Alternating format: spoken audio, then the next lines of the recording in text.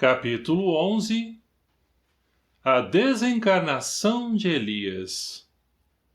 Atendendo às vibrações dos companheiros de valoroso centro espírita, dirigimo-nos para o hospital municipal. O pronto-socorro mantinha agitado o trânsito de tarefeiros do nosso plano, atendendo às mais diversas necessidades.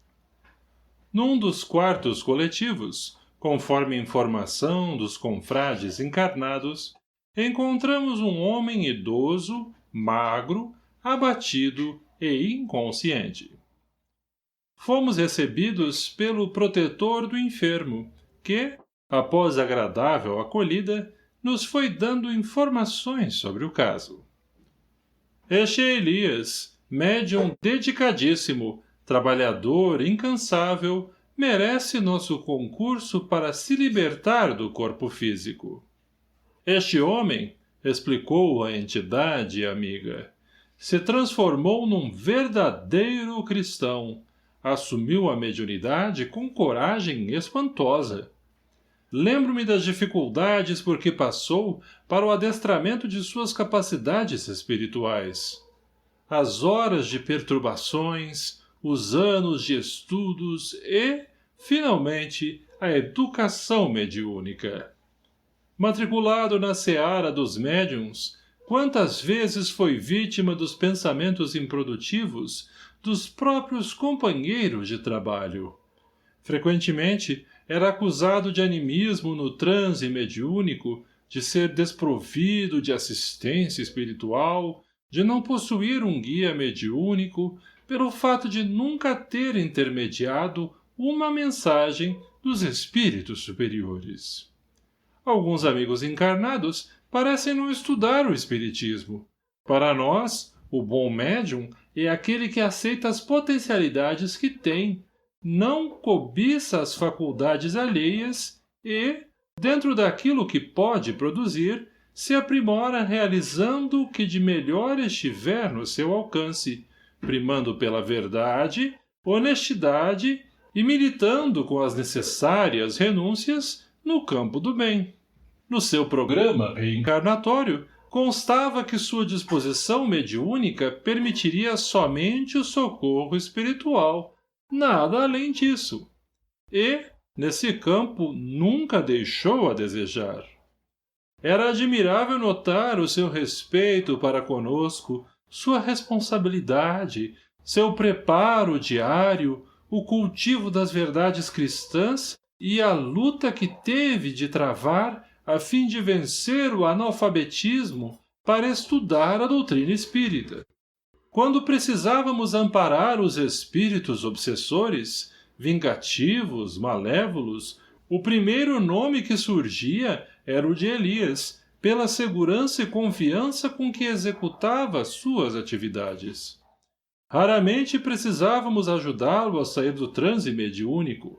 Demonstrava equilíbrio tão perfeito do concentrar e desconcentrar que alguns se recusavam a acreditar que nosso irmão fosse realmente intérprete dos espíritos.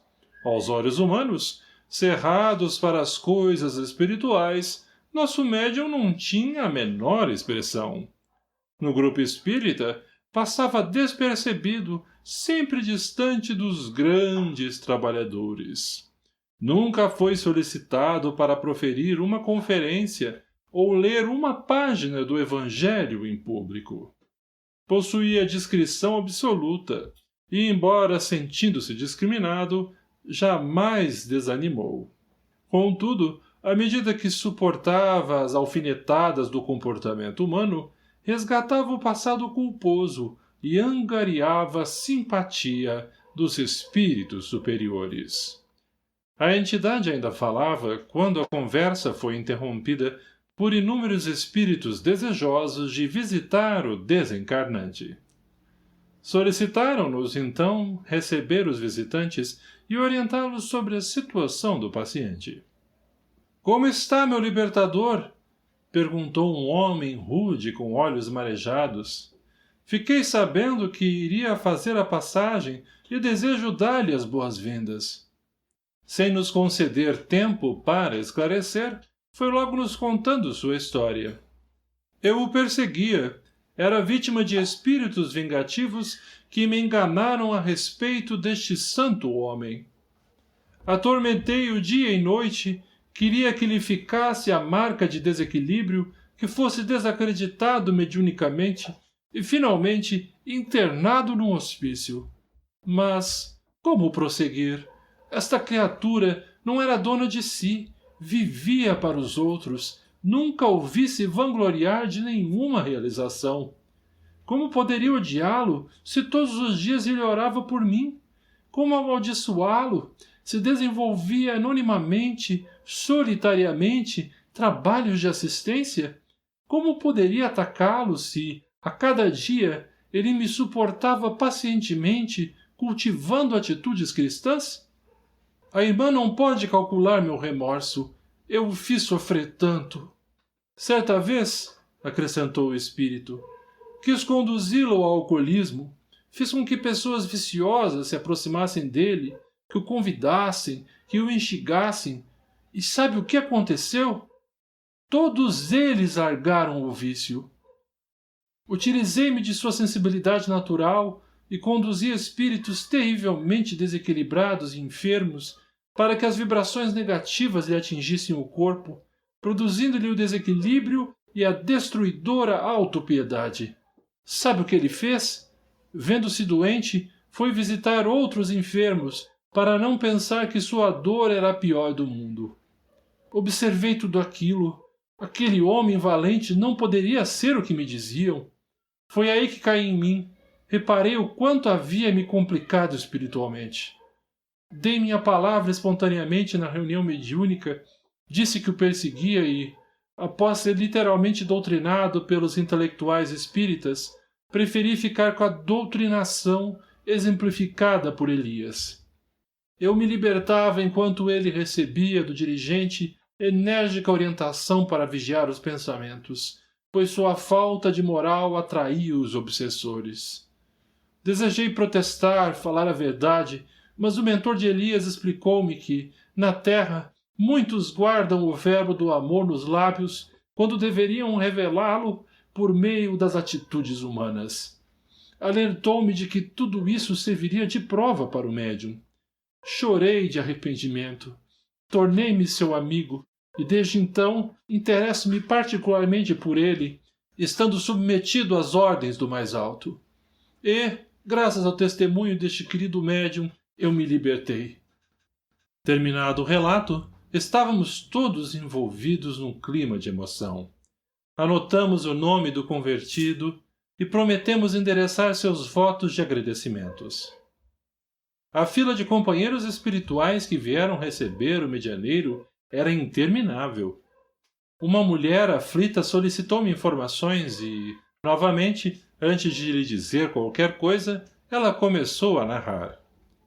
A senhora desconhece o respeito que tenho por este homem. Há mais de 20 anos, minha filha padecia de grandes tormentos, vítima de uma obsessão terrível.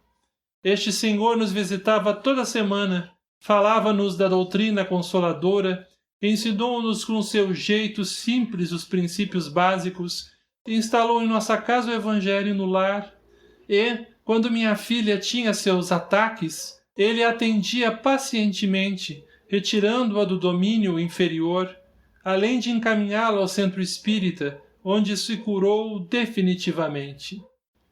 Mas não foi só isso. Os adversários dele voltaram-se contra ele e, somente aqui, no mundo dos espíritos, vinha saber o quanto para ele foi preciso lutar e testemunhar até vencer.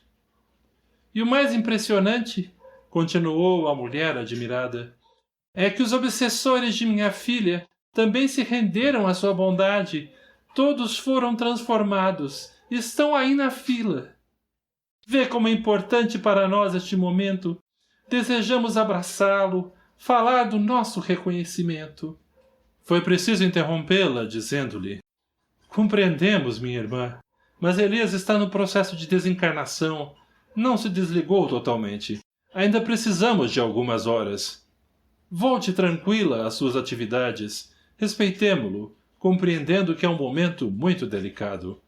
Todos que vieram abraçá-lo devem entender que a hora não é oportuna. Quando nosso irmão estiver restabelecido, certamente receberá o abraço de vocês. Voltem, portanto, às suas tarefas, confiantes de que o Senhor zela por todos nós. Acalmando o tumulto, o responsável pelo enfermo aproximou-se de nós e o que aconteceu ficaria para sempre gravado em nosso coração. Companheiros e amigos, disse o benfeitor, o momento chegou. Na terra, poucos valorizam o anonimato. Os que conheceram nosso irmão jamais poderiam imaginar os méritos que conquistou silenciosamente. De fato, nosso companheiro aceitou seguir o Cristo, apesar da cruz das próprias imperfeições. É o exemplo de quem soube aproveitar as faculdades espirituais, aplicando-as em favor dos semelhantes e, consequentemente, promovendo o próprio progresso. Agora, é importante o sustentarmos recebendo-o na vida maior. Estamos nos minutos finais. Louvemos ao Senhor pela oportunidade, unindo-nos em prece. Orávamos com fervor, quando o quarto foi invadido por intensa luz. Era inacreditável, mas o desencarnante recebia a visita de um dos grandes vultos do Espiritismo. Lembrei-me, naquele instante, de que realmente Jesus estava certo, a cada um segundo suas obras. Refleti sobre muitos que na terra vivem iludidos apresentando orgulhosamente títulos de intelecto ou nobreza, gozando a vida de maneira irresponsável. E à nossa frente estava um homem envolvido na simplicidade de espírito, apresentando no limiar da nova vida os títulos da autoridade moral. A entidade adentrou no ambiente enchendo-nos de alegria e saudando-nos com um agradável sorriso. O paciente já estava parcialmente desprendido, o processo da desencarnação já havia se iniciado há dias. O espírito superior fechou os olhos, estendeu os braços sobre o corpo do moribundo e de suas mãos partiram raios luminosos, promovendo o desligamento total do médium. Os aparelhos no plano físico acusavam a morte do corpo biológico. Elias, agora em espírito, foi ternamente abraçado pela entidade sublime. O recém-desencarnado, envolto pelas vibrações superiores, sentindo-se mais fortalecido, abriu os olhos e pôde desfrutar da doce alegria de despertar na pátria espiritual entre amigos. Elias, disse a entidade com voz doce e serena, venceste, meu irmão, passaste pela porta estreita. Todos os teus esforços serão, agora, naturalmente recompensados pela lei de causa e efeito. Fizeste de tuas faculdades um mediunato, cumpriste com teu compromisso, foste verdadeiramente cristão. Valeu a pena suportares as humilhações, as desconfianças, as ironias. Não te preocupes mais com isso. Essas ideias partiram de mentes que não despertaram para a verdadeira fraternidade. Fizeste valer a orientação cristã que diz: aquele que se exaltar será humilhado, e aquele que se humilhar será exaltado. Dorme agora, tranquiliza-te, tudo já passou. Quando estiveres fortalecido, conversaremos. Por ora, descansa, haveremos de sustentar-te. E, antes de partir, o ser iluminado voltou-se para o quarto coletivo, compadeceu-se dos enfermos e os envolveu em fortes vibrações curativas, provocando, na maioria, um restabelecimento milagroso aos olhos físicos. Muitos de nós não conseguimos conter as lágrimas. A entidade sublime, após oração de agradecimento ao Criador, partiu para esferas maiores, à semelhança de estrela cadente, levando consigo, para planos superiores, o querido Elias e nossa eterna gratidão.